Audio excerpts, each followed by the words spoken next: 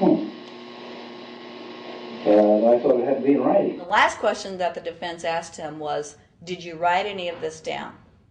And Agent Craner looked right at him and right at us, and he said, I never wrote anything down. And yet when we saw the video, there he was, writing notes, you know. And so I'm thinking, okay, at this point, the judge is supposed to say, Agent Craner, it is clear that you have committed perjury. It wasn't even noticed.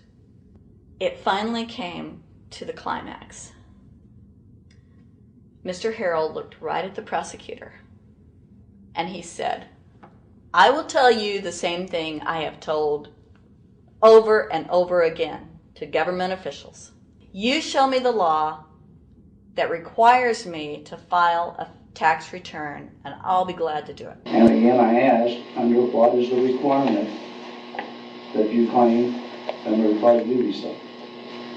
And the requirement under the regulations is what section? My question to you is, what particular act are we discussing here that I am liable to do these things that you claim I'm liable to do? Your exact question would be again? Okay, what is the section that what? But I guess I'm still not understanding your question, Mr. Harrell. Well, you must be familiar with what that you have the police powers to enforce. Yes. The prosecutor absolutely ignored him. And he started slandering Mr. Harrell. Just started attacking his character. They're calling us tax cheats, they're calling us fanatics, they're calling us weirdos. I don't care what you call me, but I have one question. Where is the law? Show me the law. They can't let this turn into a rational debate, because if they do, they lose it. So they have to insult people and say it's frivolous. We felt like that there was an overall arrogance and that they were railroading Mr. Harrell and wanting us to participate. Judge Coogan, he looked right at us and he said, I will instruct the jury according to the law. We were sent to deliberation. The judge promised us that he would give us the law. And we looked and we looked and it was not there. We wrote a note to the judge asking for a copy of the law. 10 minutes later, we get a note back. You have everything you need. But there was no law. And he had promised us. At that point, I felt betrayed. I felt like this man promised us the law, and that's what this whole thing is about, the law. We request it, and he still denies us the law. And the reason they didn't do it was why? Because there is no law. Remember, we're talking about the Illinois state law here, okay, which is a law in Illinois. So we got out that law, and we read it several times, and I said, okay, wait, you know, because they kept saying, but this is a law in Illinois. And I said, look at the beginning of it. It says, anyone required to file a federal income tax return is required to file an Illinois tax return. I said, if it is true that he's not required to file a federal return, then that nullifies the Illinois law. Two people, they kept saying, but he's going to get by with it. And I said, what is he getting by with but his rights? If there is no law, he's not breaking a law. He's just standing on his rights. Are we going to deny him that? That's when this one juror sat back and kind of rolled his eyes and he said, you mean we don't have to pay taxes?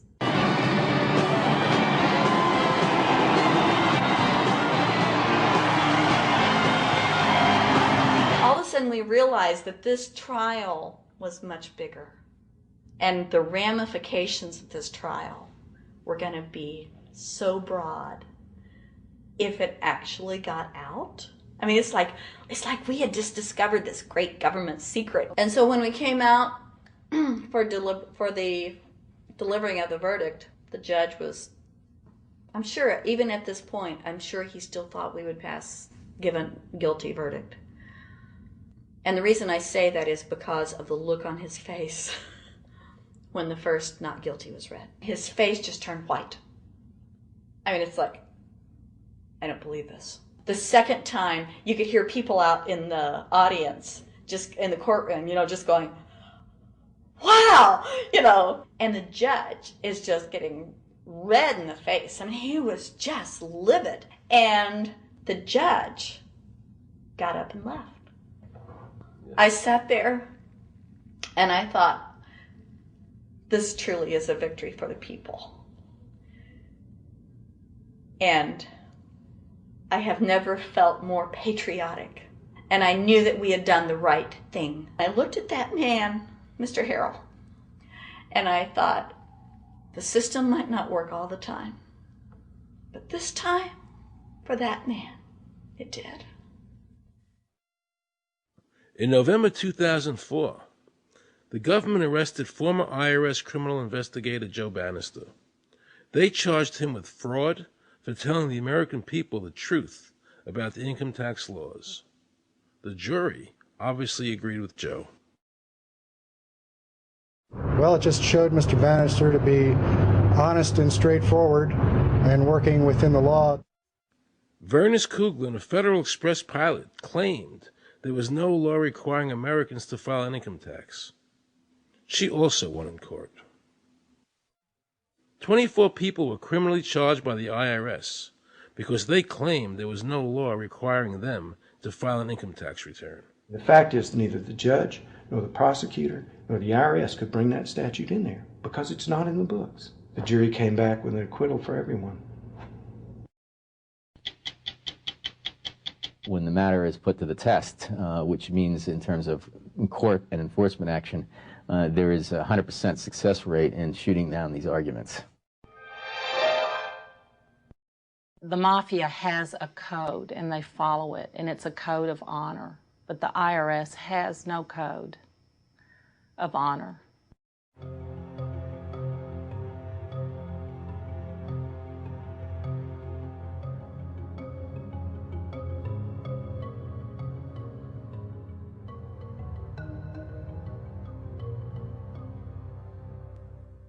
Meet Judge Dawson, a federal judge presiding over the Irwin Schiff tax case, who denied Irwin the ability to prove to a jury that there was no law requiring Americans to file an income tax return. He denied Irwin the right to prove to a jury there was no law by stating, "I will not allow the law in my courtroom." But the judge made sure the government never had to show the law as written by telling the jury, "You must follow the law as I give it to you." Nobody can know what the law is, because the law is what the judges say the law is. The lower courts today will not allow people, especially in tax cases, to bring in Supreme Court decisions as their evidence.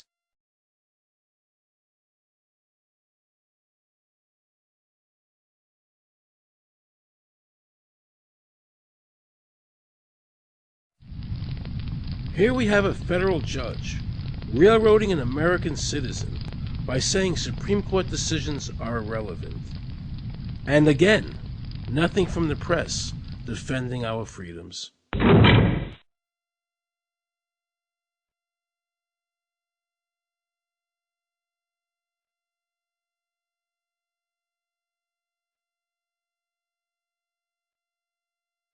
So if you ever find yourself as a juror on a tax case, be sure to ask the judge to show you the statute written by Congress that allows the government to tax the wages of the American people. If the judge can't show you the law, then how can you possibly, in good conscience, convict someone and destroy their life?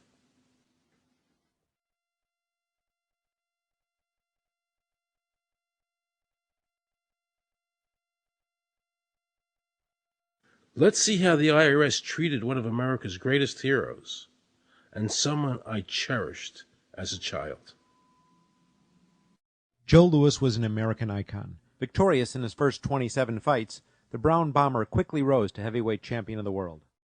His 1938 knockout of German Max Schmeling, who represented Hitler's Aryan ideal, earned him the admiration of millions of Americans. Is watching carefully. Louis measures him right to the body, a left hook to the jaw, and